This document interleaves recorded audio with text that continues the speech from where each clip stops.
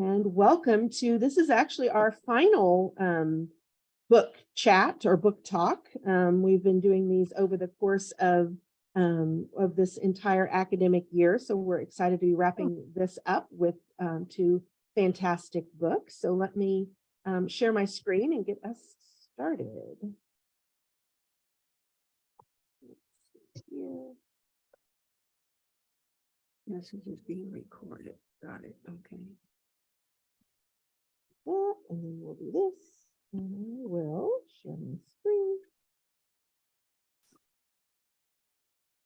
Right. Okay. Oh dear. All right. So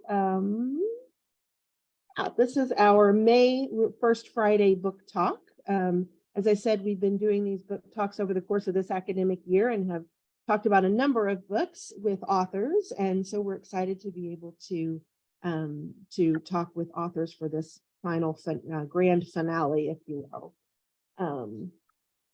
So the way we'll spend our time today is we'll do a beginning here and some author introductions. We'll just spend a few minutes as a group. And then rather than doing breakout rooms, we'll have each of the authors talk a little bit about their books and then open it up for conversation and discussion so that everyone has a chance to talk, because really the biggest value of doing these book talks has been the conversations that come out of having folks involved. So that's what we're really looking to. So before we get into the books, I just want to do a tiny little recap about some of the work that has happened in our in the Montessori special interest group. I think most of you are probably familiar with it, but I'll do a little bit of a recap. American Educational Research Association is the professional group that academics and the scholars who are interested in Montessori education or interested in research are involved in. And we have a Montessori special interest group within AERA. The conference just happened back at the beginning, in the middle of April is when the conference was. And we had an opportunity in that annual meeting held in Chicago to really highlight some of the visibility of Montessori education, to really try to bring Montessori research to the forefront of scholars' minds. So we had a booth in the exhibit hall where we were able to feature these books. You may see your books on display in the booth there at the back, as well as some Montessori materials provided by Seton. So I just thought it might be fun to share some photos from the booth at AERA. We also at AERA had a roundtable session where we had a number of papers presented. It was exciting to see the new folks getting involved and interested, along with some of the folks that are familiar names in Montessori research. So it was a nice combination. We had a paper session as well that was fairly well attended with some great new scholars entering the field. And we had an opportunity to have a business meeting and a reception with the Montessori SIG at the conference in Chicago. So it was just really nice to have close to 20 people involved in the Montessori SIG efforts at AERA. So it's really exciting that there's so much growing visibility of Montessori education in that broader research community. So just in terms of housekeeping, we are recording the session for future use. You can feel free to turn off your video or change your name if you prefer not to be in the video. And then as we are also asking that you mute your audio or your microphone when you're not speaking, just so that we minimize the background. So we have two books that we're sharing today. We have The Moral Philosophy of Maria Montessori, Agency and Ethical Life by Patrick Frierson. We're very glad that Patrick is joining us today. And then the second book, we have the team of authors that was involved in the Inclusive Classroom, Creating a Cherished Experience Through Montessori. And so I will ask each of the authors to talk a little bit about their respective volumes. But before we do that, I want to introduce the the first authors of each one of those, and then ask them to say a little bit about their book. So I'll start with the inclusive classroom, which is I will introduce Ginger McKenzie, who is the first author on that volume. And she is a professor emeritus of the Montessori Institute at Xavier University. She holds a Montessori credential at the early childhood and elementary level and is a past member of the board of directors of the American Montessori Society from 2010 to 2016. Ginger, would you like to introduce the other authors in your book and say just a little bit about your book before we get into more specific questions and answers? Okay. Do you want me to do the introductory of my book first and then move to the authors, or do you want me to? Whatever makes sense, whatever would make that flow better for you. Okay. Well, you've got it open, so let's look at, since the titles are up, it would be good just to say like Yeah. it's on Victoria, or Tori Zascavage, and I both teaching at Xavier University, and she's still there in special education.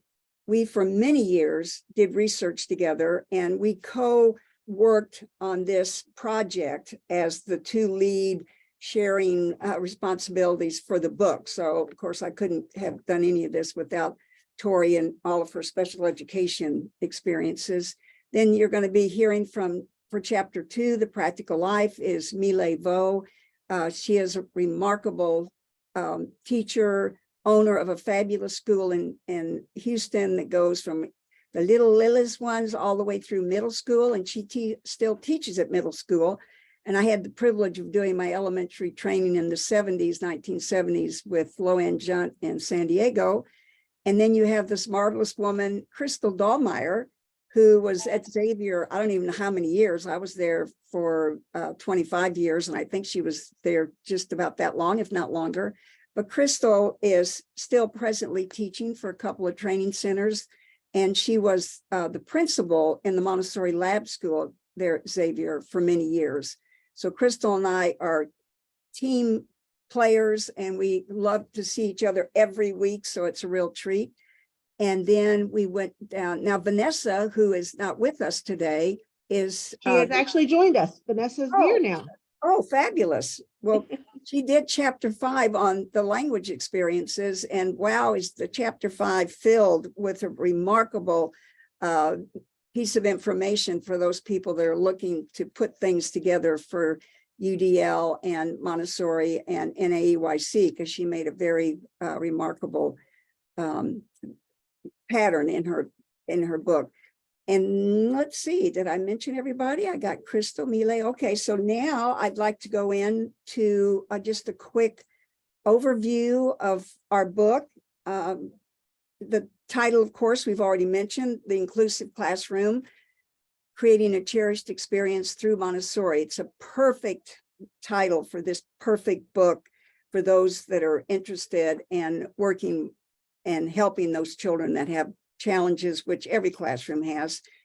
But the excellent group of professors and Montessori teachers and those in teacher training programs that I brought together made this book possible because of their experiences in the classroom and their total love and compassion for children that has led them throughout their lives. So this group of dear friends and marvelous educators made this book possible. Of course, Maria Montessori was the first woman to earn a medical degree in Italy. Her philosophy of education describes how her beautiful materials and lessons can be examined and represented for children with challenges. We have included NAEYC national standards.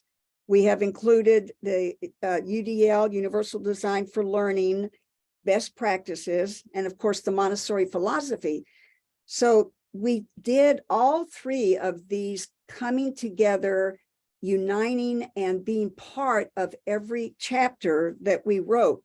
And so that's what makes this book terribly unique, because at the end of each chapter, you not only have a fabulous bibliography, but you have an incredible section on notes that identifies every NAEYC standard, every UDL principle, and every Montessori part of her philosophy connected and integrated together in the notes that represents all that we went through in each one of our chapters. So that is what makes this very unique book a marvelous opportunity for teachers that are out there teaching in programs where the principal has asked them to meet the standards for NAEYC, include the UDL principles in their teaching. If they go to this book, we have outlined it for them. We have given them all of the wonderful notes that they need to put in their lesson plans, and then to identify in their lesson plans how they meet the NAEYC and the UDL principles. So I'm so proud that we were able to do that. So I think that's really what makes our book unique. So I'll stop talking because I know I've had plenty of my time has been used. And thank you for including all of us in this remarkable event. Absolutely. So glad that you're here. I am going to introduce our other author and let him talk a little bit about his book, and then we'll open it up and talk a little bit more detail about the different books rather than doing it as a breakout session. So Patrick Frierson is joining us. He is the Paul Piggott and William M. Allen Professor of Ethics and Philosophy at Whitman College. He is the author of a chapter in the Bloomsbury Handbook of Montessori Education entitled The Philosophy of Maria Montessori, and he is faculty in the Montessori Studies doctoral program at the University of Wisconsin River Falls. He has written 2 books and a dozen articles on Montessori's philosophy, as well as several books and articles on the philosophy of the German philosopher Immanuel Kant. He teaches a wide range of courses at Whitman College in Walla Walla, Washington. So with that, I will turn it over to Patrick to talk a little bit about his book for us. Thank you, Angela, and thanks for putting together this session. So just to give a little bit, sorry, I want to be able to see myself, which I can't do right now. So a little bit of kind of the background for this book. I didn't come into this into Montessori philosophy from Montessori. I came in from philosophy. So I'm a historian of philosophy, and mostly what I've done for my career is find various philosophers in the history of philosophy, kind of look at the world from their perspective and see what I see, and try to kind of learn more about the world by looking at it from the perspective of different philosophers. And so, as Angela said, before I really worked seriously on Montessori, I did a lot of work on this German philosopher, Immanuel Kant. And then kind of coming out of that, I was looking for new philosophers that I could engage with, and Montessori was not the first that came to mind. I was interested in some other folks, but the kind of overall area that I was interested in was the relationship between freedom and education, and how education can work to cultivate freedom. And so I was developing a course on that topic at the same time that I was having our first child, and someone had given me Lillard's Montessori from the Start book, and I was reading about kind of how you could set up your infant's room in a Montessori way, while I was trying to think, who is there who thinks about freedom in the context of education? And then it occurred to me that maybe I should see if I could find any actual work by Montessori to see what she had written about this. And then I read The Absorbent Mind, and it just sort of whacked me. And I was like, how is it that no one has paid attention to this philosopher? Because she's like, just reading that, it struck me as a work of philosophy. And so then that started 15 years of trying to convince my academic peers that Montessori is a philosopher and worth taking as seriously as we take other folks in the history of philosophy. She's a philosopher kind of in the way that someone like Nietzsche or Freud is a philosopher. Both of those people both Nietzsche and Freud are taken very seriously by philosophers as philosophers, even though neither of them had a professional position as a philosopher. They both had professional positions in other fields, but what they were doing was clearly recognizable as philosophical reflection on the nature of the human condition. And so that's kind of how I'm sort of trying to introduce Montessori to this broader academic community. At the same time, it's been exciting for me recently, especially to see ways in which some of my work has been able to be used by Montessorians to help them think through their own work and what they're doing. So this book, the Philosophy of Maria Montessori book, really, it grew out of two main places. And one was that initial encounter with the absorbent mind, where one of the things that really struck me was the way, and I'll talk more about this in the longer session, that Montessori takes strands that I've seen in other philosophers, but that are widely seen as being incompatible with each other.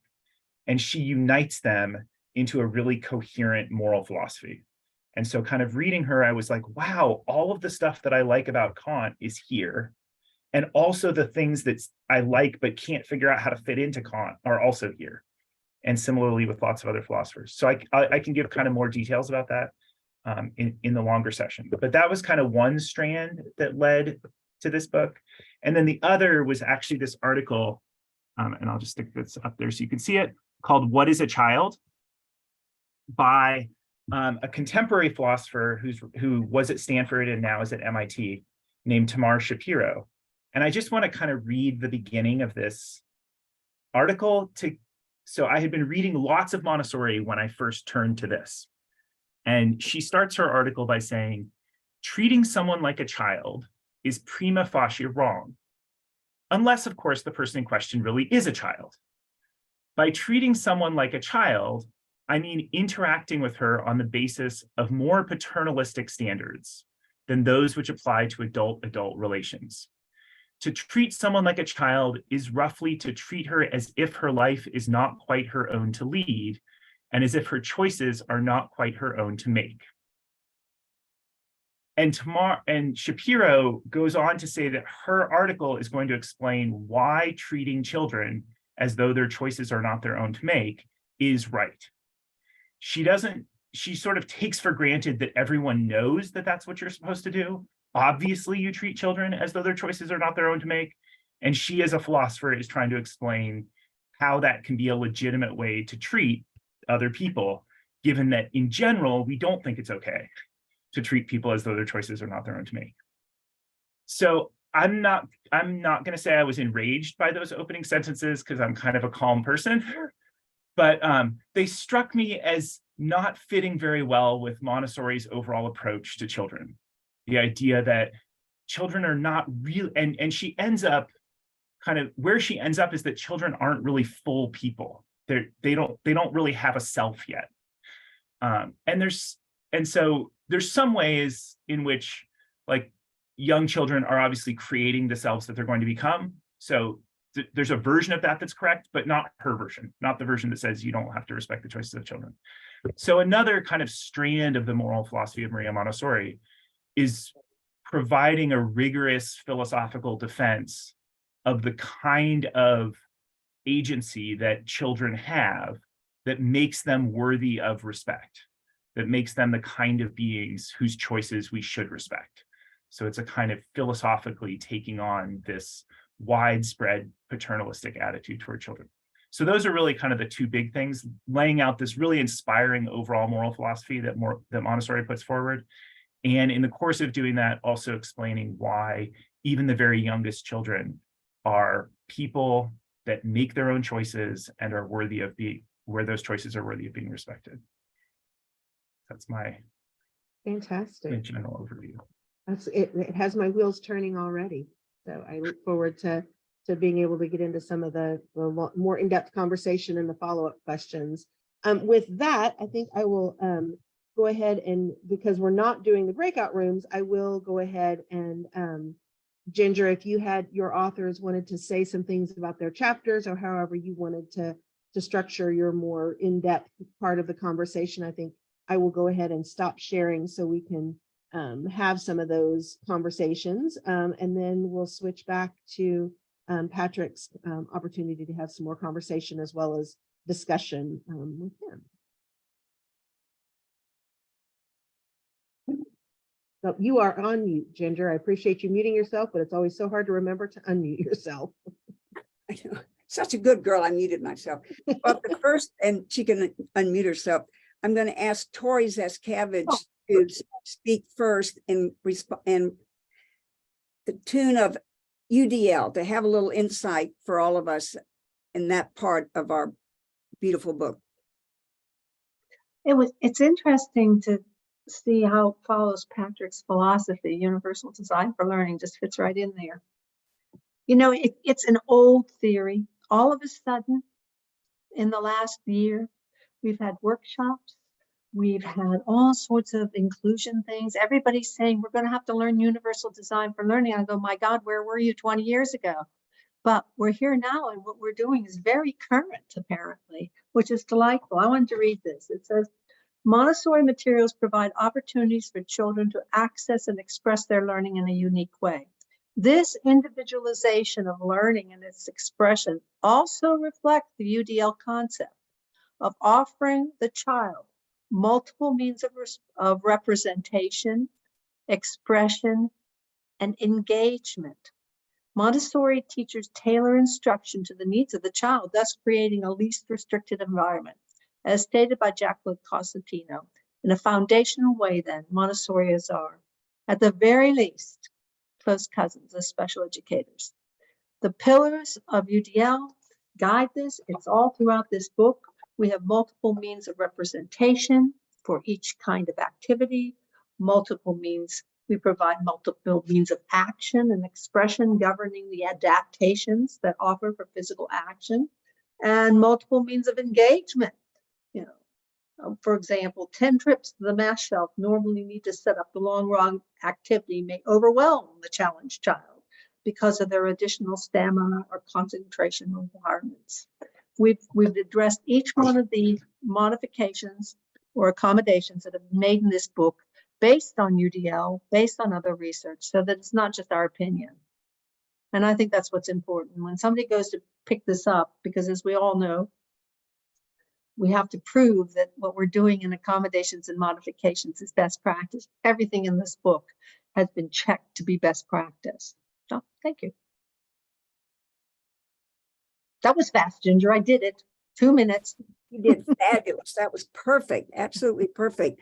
The next person on our agenda is Mile, but I don't know if she, oh, there she is. Okay, so Mile had the beautiful chapter of Practical Life. So if you would, dear friend, tell us a little bit about your chapter. Yes, so I'm very happy to see all of you today, and thank you, Angela, for putting this together, and thank you, Ginger. Thank you, my friend, for inviting me. So in the Practical Life chapter, we discussed the outstanding Montessori principles that have throughout the years remarkably impacted education. So we talk about the prepared environment. The prepared environment with age appropriate, stimulating learning materials, and an excellent teacher belongs to the prepared environment. And we talk about the didactic materials that facilitate the passage to abstraction. And I mentioned about the, how the wonderful way from the hand to the mind. And then Dr. Montessori always said to present synthetic movement, the activities that put the mind and the body together. And then use of the 3-period lesson and analysis of movement, isolation of difficulty. All those principles are, have been tested. We see that they work with children and they help them achieve wonderfully.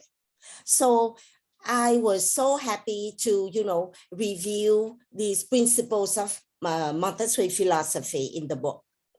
So, and then we talk about the superior goals of practical life activities. They are just not giving children skills. They develop order, concentration, coordination, and independence. And we share with our trainees, in the training, that is OCCI. Think about all these activities that you provide the children in practical life. They have lofty goals. Order, they develop order, concentration, coordination, and independence. And those qualities we all know are essential for children's future academic achievement.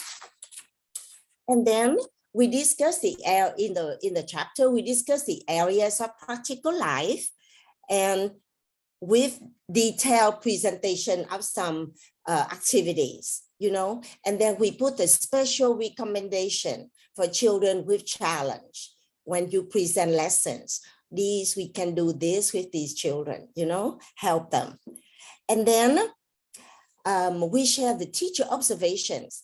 I went around and then interviewed teachers, and they just say that, those practical life activities, help the children like a new person. He or she is calmer, more focused, loving the work. So I have all these, beautiful witnesses, in the classroom of the teachers who shared with us their enthusiastic comments. So the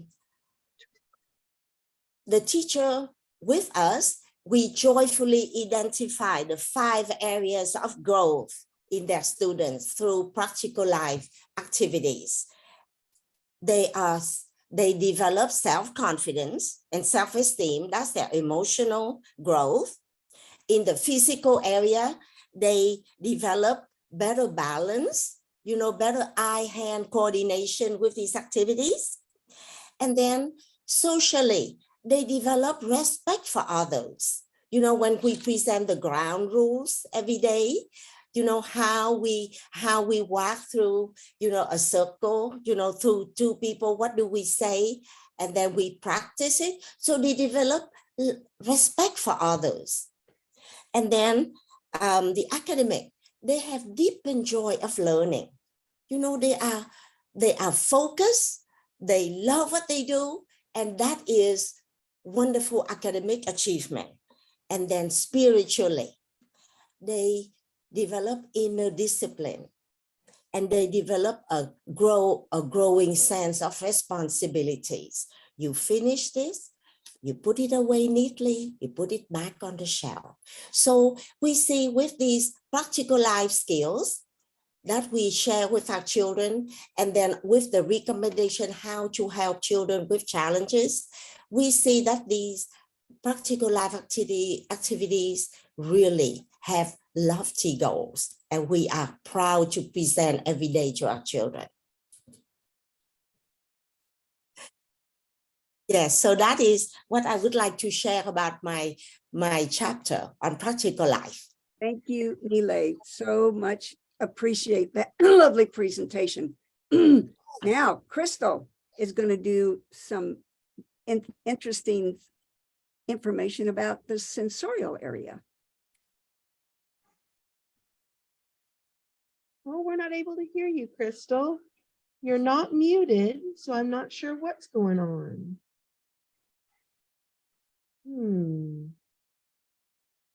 Yeah, maybe, let's see. If you go down to the left-hand corner of your screen, there's a little microphone down there. Do you see that little microphone down there? Yeah, there's an up arrow. Click that up arrow by your microphone, and it should have a test speakers and microphone that you can select. And that might let you switch to a different microphone.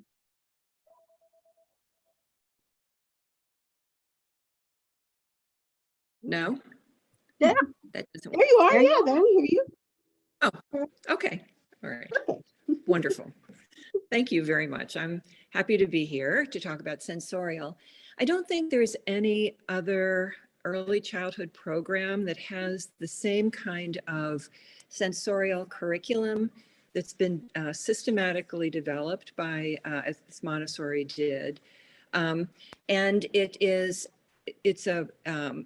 the depth of the materials, I think, aren't necessarily obvious on the surface, but Montessori called them materialized abstractions, which basically meant that she took an abstract concept and figured out a way of making it a concrete material. And part of the background is that she was working when she developed these materials. She was working in a children's hospital with children with challenges and special needs.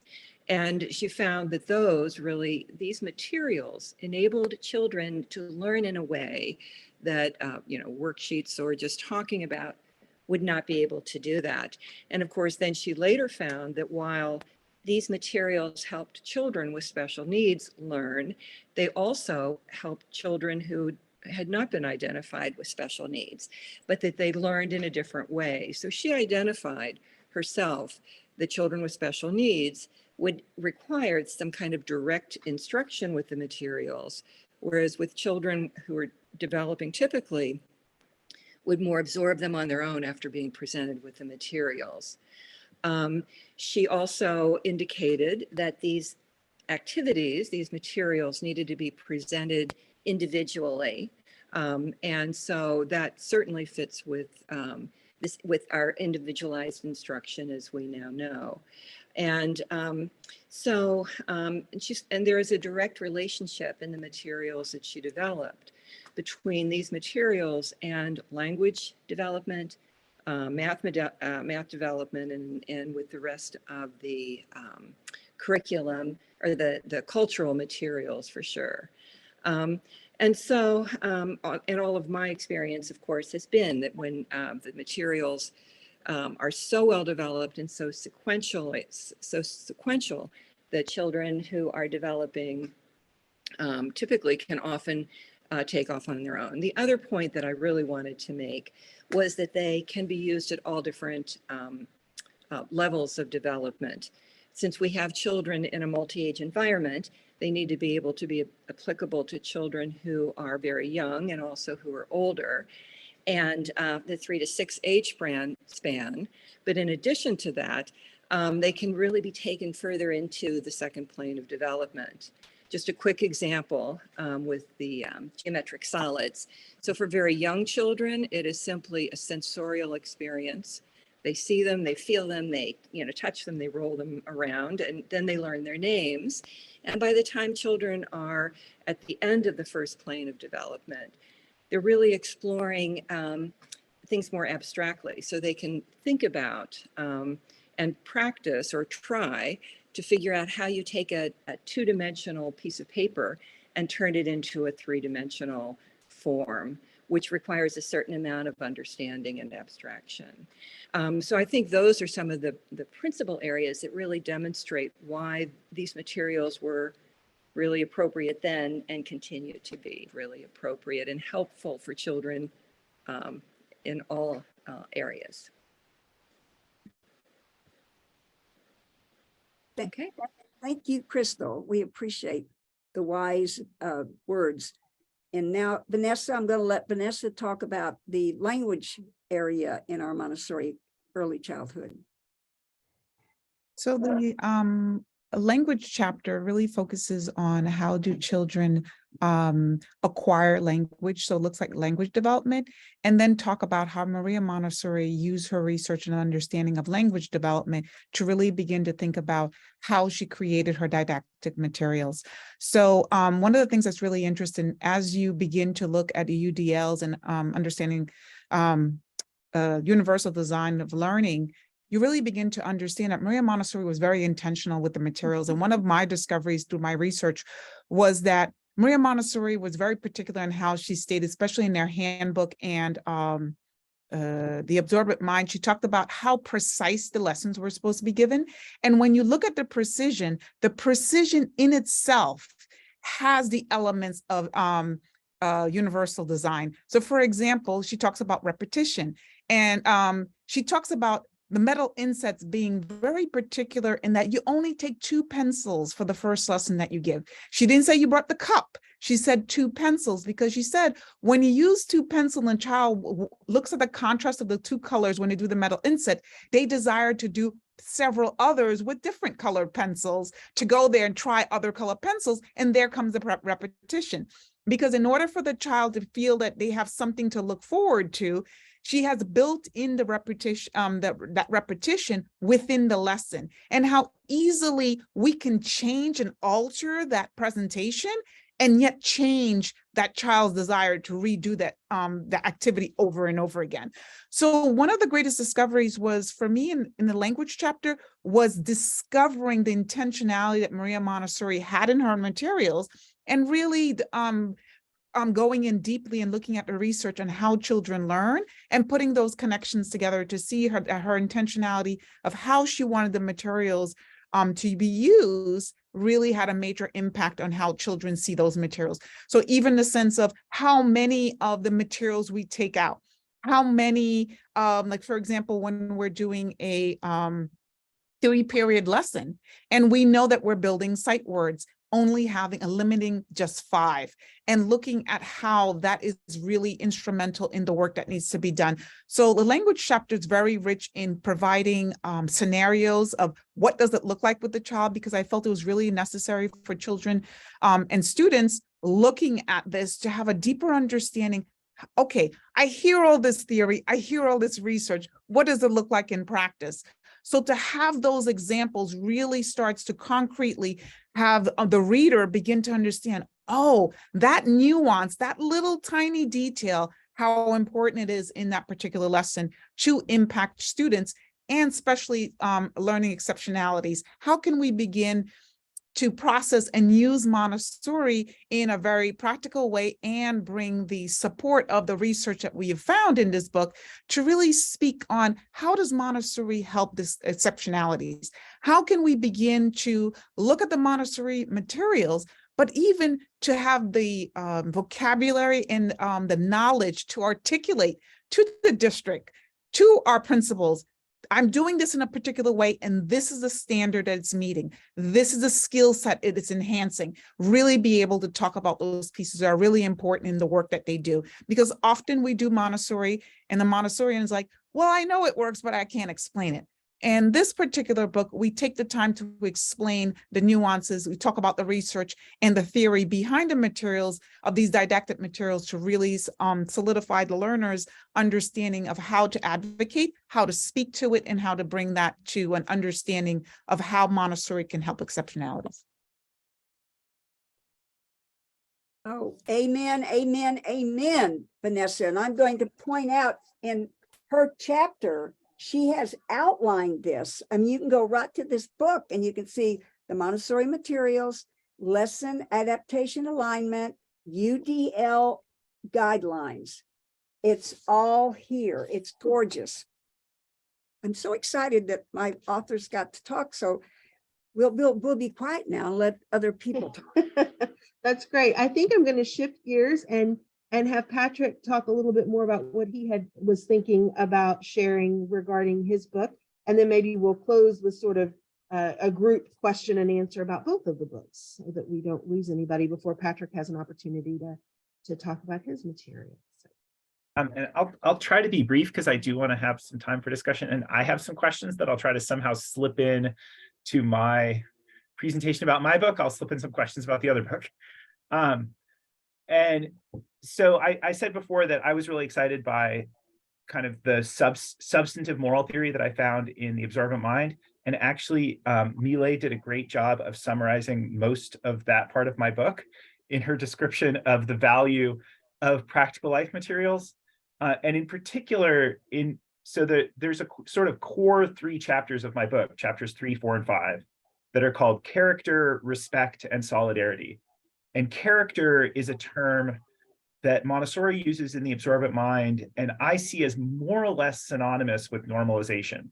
But normalization is not a great term to associate with Montessori in the philosophical world because it has pretty negative connotations. Character has much more positive connotations. But many of the things that Millet described in terms of the consequences of practical life activities, in terms of academic enrichment, self-discipline, all of the sort of striving for self-perfection elements of normalization, Montessori associates with character. And that's something that I, prior to reading Montessori, had found in especially Friedrich Nietzsche, who has the same kind of like human beings are always striving to self-perfect and reach new levels. But in him, it's really anti-democratic and it's very egoistic in Nietzsche. So it's all about me to the exclusion of other people and my self-perfection. And Montessori has all of those elements of self-perfection and self-discipline and striving to become better and better integrated with respect for other people, which again, Millet highlighted as a consequence of practical life, that you learn basic practices of respect for one another. And so one of the things that I do in both of those chapters is talk about how Montessori's concept of character ends up being different from and better than many contemporary philosophical views of character. And similarly, her view of respect ends up really focusing on respect for the work of others, rather than, say, respect for mere preferences that somebody might happen to have. So I want ice cream is at a different level than I want to finish my work. And it doesn't matter whether you're a child or an adult. I want ice cream is at a lower level than I want to finish my work. And so instead of there being this distinction between you respect adults but not children, there's a richer sense of what it is about human agency that is worthy of respect. And it's something that children and adults both have. A third element, and this actually relates to a question that I have for the authors of the other book, that I highlighted as an important part of Montessori's overall moral theory, is solidarity, where my paradigm case of solidarity is the silence game. And actually, there's also Montessori's paradigm case of solidarity is the silence game, where the form of social interaction goes beyond merely respecting another person and kind of letting them do their thing, and even beyond helping another person, and becomes a way in which groups function as single agents. So when you're doing the silence game, kind of everybody is sharing a will. So like it's kind of self-discipline becomes a we self-discipline instead of an I self-discipline. And that is something that I think actually is relatively rare for philosophers to recognize the significance of that in moral and political life, of that kind of deep unconscious way of uniting with other people. It also seems like Montessori is pretty prescient about talking about the ways that trying to build political cohesion purely through organizational structures without cultivating this ability for people to actually connect with each other in a solidarity way isn't ultimately sustainable, doesn't lead to a really healthy society. But so my question is, I'd love to hear a little bit about how that plays out in the context of an inclusive classroom and what challenges there might be or opportunities there might be for real social cohesion amongst really diverse sets of learners. So that's like, I don't talk about that at all in my book, but I talk about solidarity and that makes me interested in how solidarity would play out in the classroom. And then I think I'll just say two other quick things in terms of themes that come up in my book. One, which is another thing that got me really excited about Montessori from the very beginning, was the role of the body in everything that she does. And I think Millet may have, I can't remember which author of the other book was talking about that, the way in which embodied practice is part of learning, and you have to integrate the body with the mind in everything that you do. And that is something that philosophers today are actually quite increasingly attentive to, the role of the body in thinking about the world, but moral philosophers aren't very attentive to. So the role of the body in treating one another respectfully is not something philosophers have really thought much about. So Montessori was really exciting to kind of think about how respecting another person means not running into them. And that requires learning various bodily motions. And for me, because I'm, a kind of domineering man who went into philosophy as a domineering man, respecting other people also means like mannerisms of speech and how you hold your body that are really embodied practices that you have to learn how to control your body in certain kinds of ways. So that's another theme in the book. And then a last one, and this relates to another question that I have for the inclusive classroom folks, is about the source of moral insight for Montessori, where for many philosophers, the source of moral insight is their own moral intuitions. So it just seems obvious to me that this would be wrong. And so then I kind of develop a moral theory that way. Or if you think of the Shapiro article, she starts with the fact that it's like obvious to everybody that you can treat children in a paternalistic way, but not adults. And so then what are the philosophical implications of that? So there's a kind of like intuition-based approach. And I think that Montessori is acutely aware of the way that adult intuitions are corrupted by growing up in oppressive conditions. Like as children, we did not grow, most of us did not grow up in healthy conditions, and our moral intuitions were shaped by that. So I see Montessori methodologically as seeing young children as the most insightful moral philosophers that there are. So if you put moral children in real, if you put very young children in real moral situations and see how they respond to those situations, that's how to do moral philosophy. Because the children will show you what a natural, healthy moral response is to a complicated moral situation. And so when I hear talk about kind of connecting Montessori practices with the research that's out there, I get a little bit nervous about that as taking away authority from the children and giving it to researchers, and especially taking authority from children who are in a healthy environment and giving it to people who are doing a lot of research on children in unhealthy environments. So a question that I have about that, you know, for the inclusive classroom folks is, were there places where you saw a disconnect between the research that people are doing for, you know, for example, backing up UDL principles, where that research is being conducted in classrooms that are not Montessori classrooms and so are not healthy?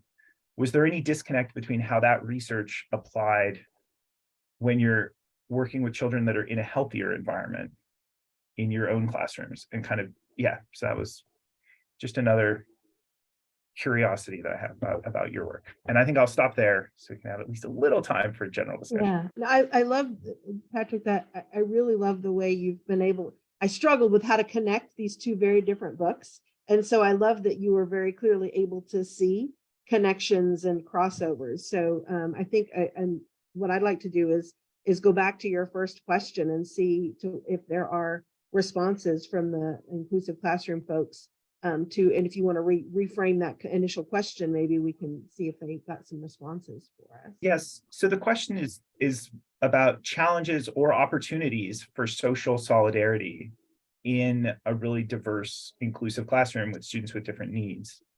And to crystallize it, how does the silence game work in inclusive classrooms or similar kinds of things where you're really trying to get everyone on board with the same thing?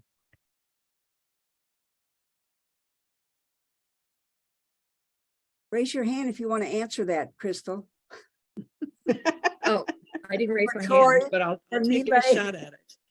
Yeah, I think there are several, well, there's so much I want to say about it, so I'll try to limit myself. I think the adult, the Montessori guide is key in making sure that we are sort of the gatekeeper with what you were saying. And we have to know the Montessori philosophy and theory so well that we can put it in context with the current research that's going on, recognize what is in harmony and consistent and what is not. And we can do that, you know, sort of individually or in groups.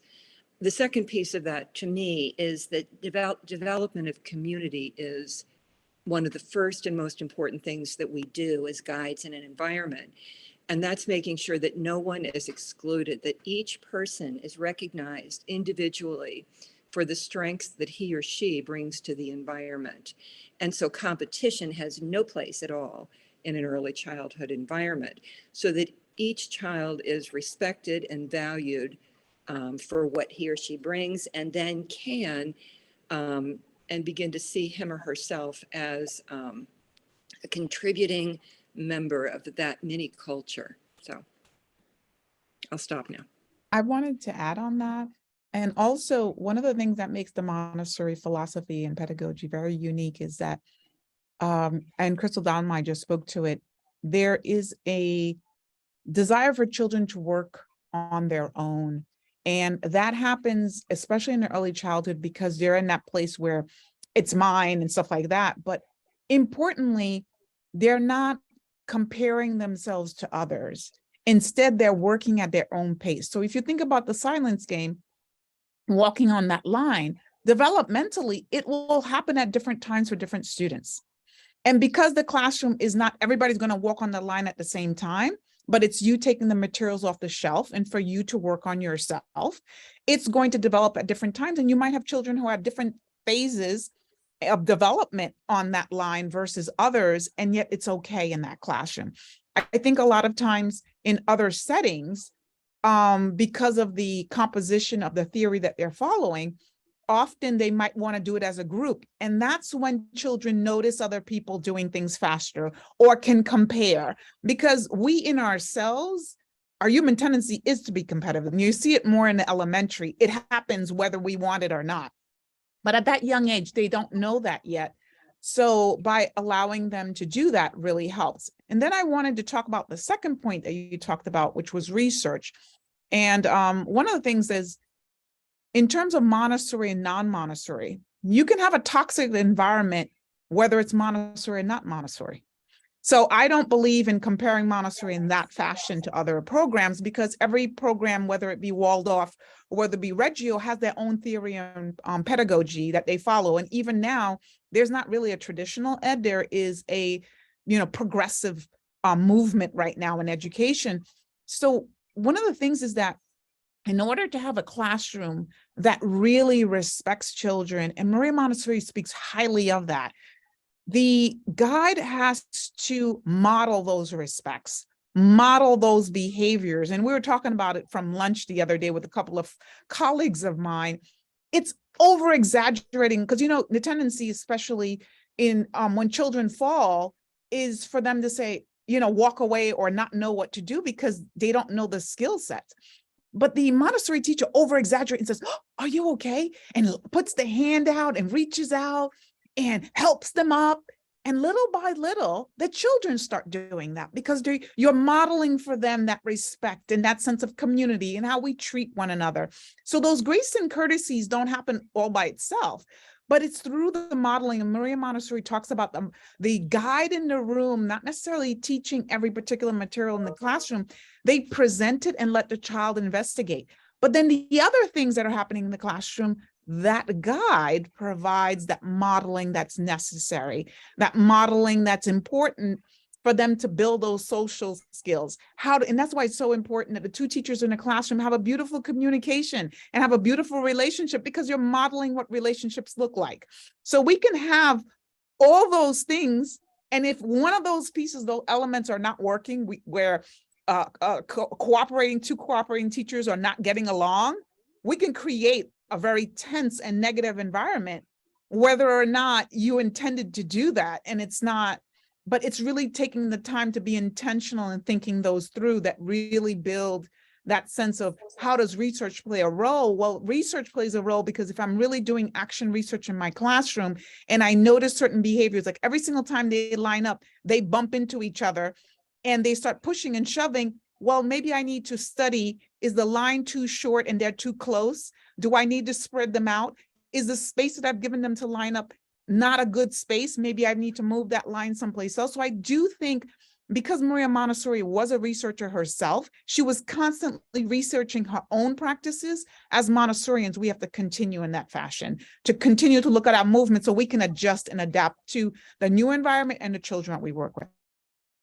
I love it. I'm going to shift us back to kind of wrapping up as we're approaching the end of our time, but I have this huge desire to encourage Patrick and some of these inclusive education folks to write an article on these very provocative questions, whether it's a philosophy article or a Montessori education article.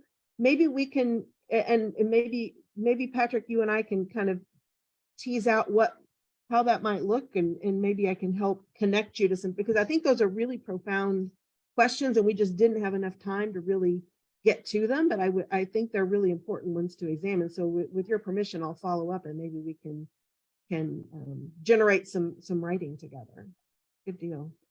Well, again, I want to wrap us up and just say thank you for being a part of our AERA Montessori SIG Year of the Book. We've enjoyed doing these first Friday gatherings and talking about books with these authors, and you are the grand finale for that opportunity. We'll take a hiatus over the summer, but then in the fall, our first Fridays will be focused on interdisciplinary and cross SIG communication. So please continue following the Montessori SIG and seeing what we're up to, because we are enjoying the opportunity to be in community with everyone. So thank you so much for all of your participation and authors, and thank you for being part of the conversation. Have a lovely weekend, everyone. Thank you so much. Thank you. Thank you to everybody. Have a blessed day. Yes, you too. Thank you. Bye. Goodbye.